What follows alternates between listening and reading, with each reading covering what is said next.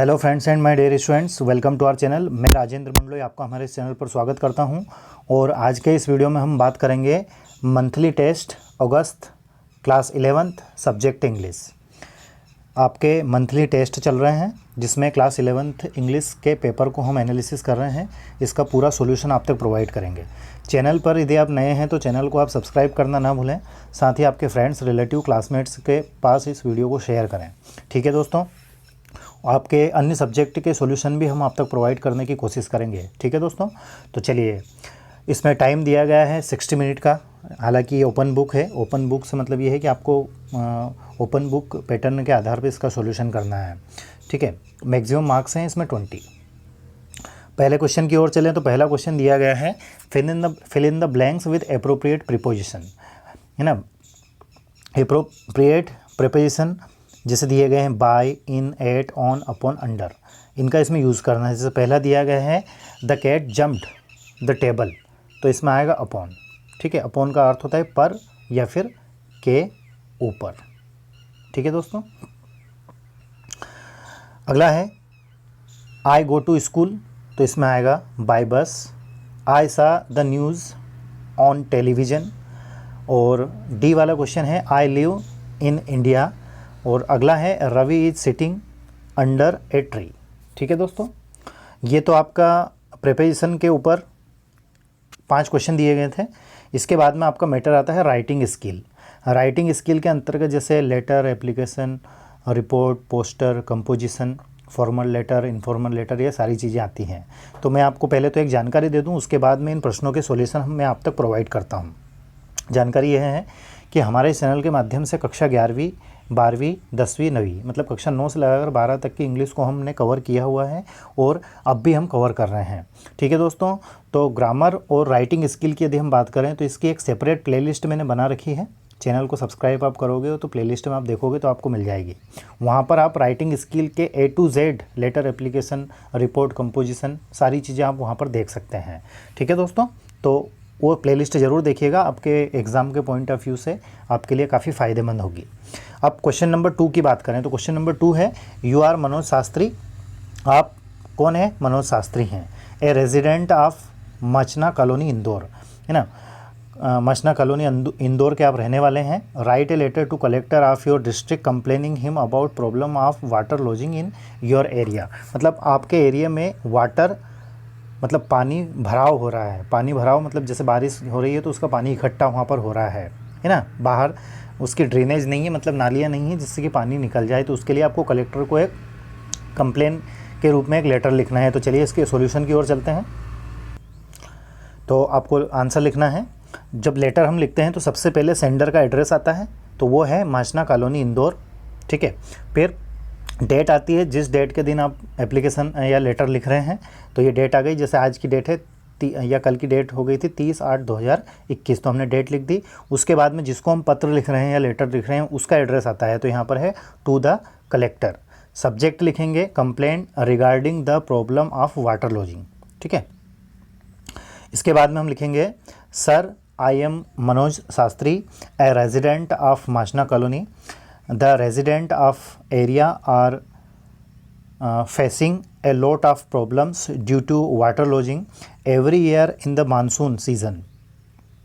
The area gets filled with water as the drainage system. Drainage का अर्थ होता है पानी निकासी के लिए जो नालियाँ होती हैं वो। System gets choked. Choked मतलब रुक जाना। We have requested the area community many times but the situation is still the same. हमने कई बार जो मैनेजमेंट कमेटी है उसको कंप्लेन की, उनसे रिक्वेस्ट की, लेकिन अभी भी सिचुएसन वैसी की वैसी ही है। ठीक है, the residents lives have become measurable as many water borne diseases, मतलब जो पानी से होने वाली बीमारियां हैं, है ना, वो जन्म ले रही हैं, स्प्रेड फैल रही हैं। ऑल द हाउसेस आर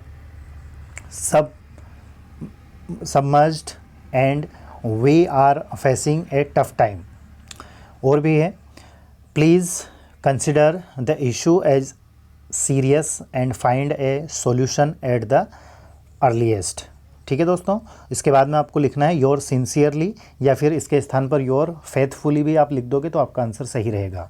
कौन है? मनोज शास्त्री है। ठीक है, अगले क्वेश्चन की ओर चलते हैं। क्वेश्चन नंबर 3 है, you are cultural secretary of your school. आप अपने स्कूल के सांस्कृतिक गतिविधियों के सेक्रेटरी हैं। You have been asked to inform student of class 11th and 12th about the inter house drama competition. आपको एक जानकारी देनी है, उसके लिए नोटिस तैयार करना है क्लास 11th और 12th के स्टूडेंट्स के लिए, और वो भी कौन सा? House inter house drama competition. Draft A notice in about 50 words with necessary details. एक नोटिस तैयार करना है जो लगभग 50 शब्दों का हो, है ना। और आप कौन है? वंदिता या फिर महेश। यदि आप लेडी हैं तो वंदिता आप नाम लिखेंगे, और यदि आप जेंट्स हैं तो आप महेश नाम लिखेंगे। ठीक है, तो इसके आंसर की ओर चलते हैं। चलिए, तो क्वेश्चन नंबर 3 जो है उसका आंसर लिखा हुआ है। तो यहाँ पर सबसे ऊपर आप अपने स्कूल का नाम लिख देंगे। जैसे यहाँ पर लिखा हुआ है विक्टर मॉडल स्कूल, तो आप अपने स्कूल का नाम लिख सकते हैं, जैसे government higher secondary school Avantipur Barodiya. ठीक है, फिर उसके बाद में आपको यहाँ लिखना है नोटिस, और ये जो भी आप लिखें इसको बोल्ड लेटर में और थोड़ा अट्रैक्टिव लिखें। फिर यहाँ पर आपको लिखना है नोटिस। अब नोटिस किस बात का है? ड्रामा कॉम्पिटिशन का है। ठीक, ड्रामा कॉम्पिटिशन में लिखेंगे N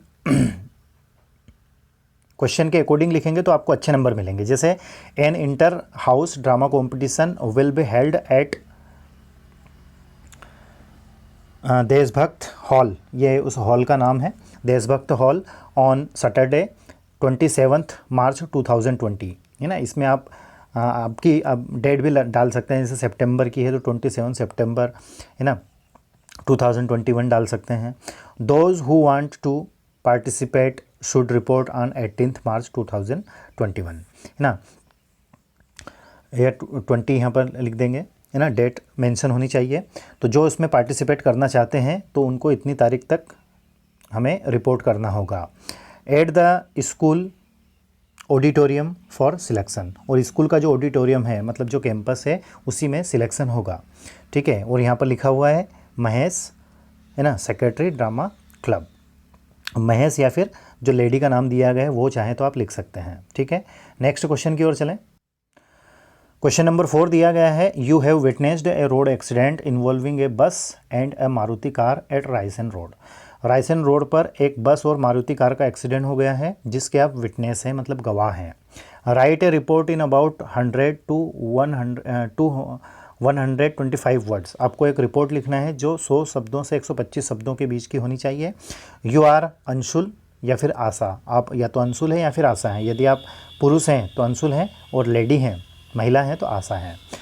reporter of Dainik Bhaskar Bhopal, और आप दैनिक भास्कर भोपाल जो न्यूज़पेपर है उसके रिपोर्टर हैं। ठीक है दोस्तों, तो चलिए इसके आंसर की ओर चलते हैं। देखिए, क्वेश्चन नंबर 4 का अथवे का आंसर है, सबसे पहले क्या आता है? एड्रेस आता है, तो भोपाल 21 नवंबर 2021, ये 20 लिखा हुआ है। To the editor Dainik Bhaskar Bhopal, ये उनका एड्रेस हो गया। अब इस रिपोर्ट का टाइटल क्या है? तो इसका टाइटल है report on A road accident. ठीक है, 5 people were killed and many others were injured in A road accident. 5 व्यक्ति तो उनकी मृत्यु हो गई, किल्ड, और बाकी जो हैं और भी लोग हैं ऐसे जो कि इंजर्ड हो चुके हैं, जख्मी हो चुके हैं, जिनको चोट आई है। Near the link road, bracket में लिखा हुआ है Raisen road, at 9 PM yesterday, गत रात्रि को रात के 9 बजे रायसेन रोड पर एक्सीडेंट हुआ। A road accident involving, road accident में अ बस एंड अ मारुति कार, उसमें जो किन किन का जो एक्सीडेंट हुआ वो हुआ था एक बस का और एक मारुति कार का, अकॉर्डिंग टू द क्वेश्चन के अनुसार। I have witnessed of the accident, उस एक्सीडेंट का मैं गवाह हूँ, विटनेस हूँ। As a result the driver of the car along with 4 occupants were killed at the spot, मतलब वहाँ पर जो ड्राइवर था वह भी और उसके साथ और भी 4 व्यक्ति जो थे उनकी भी मृत्यु हो गई। ठीक है दोस्तों, अब यहाँ पर लिखा हुआ है अंशुल ओब्लिक करके आशा, ये कौन है? रिपोर्टर हैं दैनिक भास्कर भोपाल के। ठीक है, अगले क्वेश्चन की ओर चलते हैं। अब आपकी जो टेक्स्ट बुक है हॉर्नबिल क्लास 11th इंग्लिश है ना, उसमें लेसन नंबर 1 दिया गया है पोर्ट्रेट ऑफ लेडी, जो खुशवंत सिंह ने लिखा है, उससे रिलेटेड यहाँ पर ये क्वेश्चन दिए गए हैं, है ना। तो इन क्वेश्चंस के आंसर देखते हैं। तो सबसे पहले हम क्वेश्चन को समझेंगे। क्वेश्चन क्या है? Describe the grandmother as portrait in portrait of lady, मतलब पोर्ट्रेट ऑफ लेडी जो टाइटल है उसमें ग्रैंड मदर का वर्णन करना है कि ग्रैंड मदर कैसी थी। ठीक है, तो हमने जब लेसन पढ़ा तो अच्छे से डिस्क्राइब किया हुआ है, वो वीडियो यदि आपने नहीं देखा है तो ज़रूर देखिएगा। फिलहाल हम इस क्वेश्चन के आंसर को देखते हैं। क्वेश्चन नंबर 5 का पहला है, grandmother was an old wrinkly women. दादी माँ एक बूढ़ी और रिंकली वुमेन थी। रिंकली का अर्थ होता है झुर्रियाँ वाली। Who couldn't have grown older, जो इससे ज़्यादा बूढ़ी नहीं हो सकती थी। She was short, plump and slightly bend. Plump का अर्थ होता है मोटा ताज़ा, है ना, थोड़ा हट्टा कट्टा। तो वह उसकी हाइट थोड़ी छोटी, मोटी ताजी मतलब हट्टी कट्टी थोड़ी, और स्लाइटली बेंड और थोड़ी झुकी हुई थी। सी ऑलवेज वोर ए वाइट साड़ी, वो हमेशा सफ़ेद साड़ी पहनती थी। With silver locks covering her face, और उसके बालों की जो सफ़ेद लटें थी वह उसके चेहरे को कवर कर रही थी, मतलब चेहरे पर बिखरी हुई रहती थी। Due to which the narrator describe as her being winter landscape in the mountains, और इसीलिए लेखक ने उसको विंटर लैंडस्केप माउंटेन से उसकी तुलना की थी। सी इज ए सेंटली वुमेन, वह एक साध्वी, जिसको हम बोल सकते हैं संत और साध्वी महिला थी। क्वाइट रिलीजियस एंड काइंड, जो कि एक धार्मिक और दयालु महिला थी। ठीक है, अगले क्वेश्चन की ओर चलते हैं। क्वेश्चन नंबर 5वें का दूसरा है, how did grand mother behave just before she died. दादी माँ ने कैसा व्यवहार किया अब उनकी मृत्यु से पहले। ठीक है, तो चलिए इसके आंसर की ओर चलते हैं। लेसन नंबर 5 का दूसरा क्वेश्चन है, सी told everyone that her end was near. दादी माँ ने, सी मतलब दादी माँ है, दादी माँ ने कह दिया था कि उनका अंत अब नज़दीक है।